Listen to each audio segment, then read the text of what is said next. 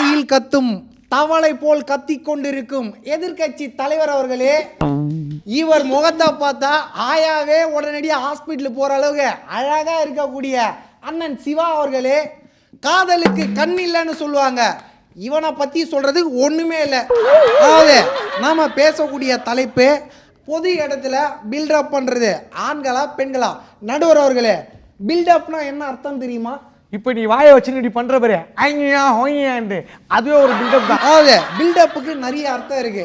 சீனு, ஆவாஸ் காட்டுறது, பொய் சொல்றது, பித்தலாட்டம் பண்ணுறது, இந்த மாதிரி நிறைய விஷயம் இருக்கு. இதெல்லாம் எங்கள் பாட்டி உக்காஞ்சி எனக்கு டிஸ்கவரியில் சொல்லி கொடுத்துருக்காங்க. Sorry, Discovery. அதாவது நான் நல்லா கேட்குறேன், தலைவரை பார்த்து கேட்குறேன், நடுவரை பார்த்து கேட்குறேன். எங்கேயாவது ஒரு பொண்ணு ஒரு பையனை சைட் அடிக்கிறதுக்காக ஸ்கூல் வாசலையோ காலேஜ் வாசலையோ நிற்கிறாங்களா? நிற்க மாட்டாங்க. இதில் நீங்கள் ஒரு விஷயத்த சிந்திக்கணும். ஏன் நிற்க மாட்டாங்க தெரியுமா? வெயிலில் தீஞ்சி போனால் அப்புறம் காக்கா கூட பார்க்க முடியாது சொல்லிட்டு தான் ஐஸ்கிரீம் சாப்பிட்டு பொண்ணுங்க வீட்டில் இருக்குது. ஆனால் இந்த பசங்க பில்டப்புன்ற பேரில் ஸ்கூல் வாசல், ரயில்வே ஸ்டேஷன் வாசலில் நின்று ஷாருக் கான் மாதிரி இருந்த மூஞ்சியா தீஞ்சி போனால் பாப்கார்ன் மாதிரி ஆயிரானுங்க. கேட்டால் பில்டப்பு. அண்ணன் அழகாக சொன்னார், அற்புதமாக சொன்னார்.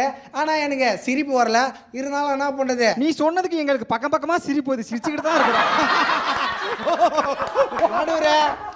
பசங்க பில்டப்புன்ற பேர்ல பைக்கை என்னமா ஓட்டுறானுங்க, கையை விட்டு ஓட்டுறானுங்க, தூக்கி காட்டுறானுங்க, அப்புறம் ஹாஸ்பிட்டலில் போயிட்டு காலை காட்டுறானுங்க. பைக்கை மட்டுமா தூக்கி காட்டுறானுங்க? நடுவுல அப்படிலாம் சொல்லக்கூடாது. அது மாதிரிலாம் பில்டப் பண்ணுறானுங்க. ஆனால் பொண்ணுங்க அடக்க ஓடகமாக பைக்கில் ஸ்பீட் பிரேக்கில் கூட ஸ்லோவாக ஏற்றி இறங்குவாங்க. அதுதான் எங்களுடைய பொண்ணுங்க. அதாவது நல்லா தெரிஞ்சுக்கணும், இந்த மாதிரி ஏமாறவங்க இருக்கிற அளவுக்கு ஏமாத்துகிற பொண்ணுங்க நான் கண்டிப்பாக இருப்பாங்க. நீங்கள் மியூசிக்லாம் போட்டிருக்கீங்க, நிறைய விஷயத்த பண்ணிருக்கேன்னு சொன்னீங்க. ஆனால் சத்தியமாக அதெல்லாம் நம்ப முடியலையே.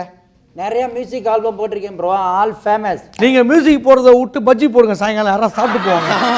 நடுவர் அவர்களே, நீங்கள் சரணா பவனில் இட்லி சொல்லுவீங்களோ இல்லை உடுப்பி ஹோட்டலில் காப்பி சொல்லுவீங்களோ, ஆனால் தீர்ப்பை எங்கள் பக்கம் சொன்னீங்கன்னா உங்களுக்கு தலைப்பாக்கட்டில் பிரியாணி சொல்கிறேன். இது பிரியாணியா?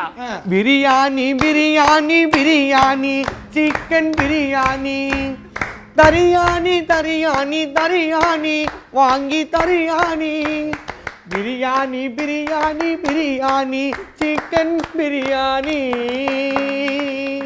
நீங்கள் தீர்ப்பை எந்த பக்கம்னாலும் கொடுங்க, ஆனால் உண்மையாக கொடுங்க. அதிகமாக பில்டப் பண்ணுறது ஆண்கள் சொல்லிட்டு பெண்கள் சார்பாக நான் பேசிக்கிறேன்.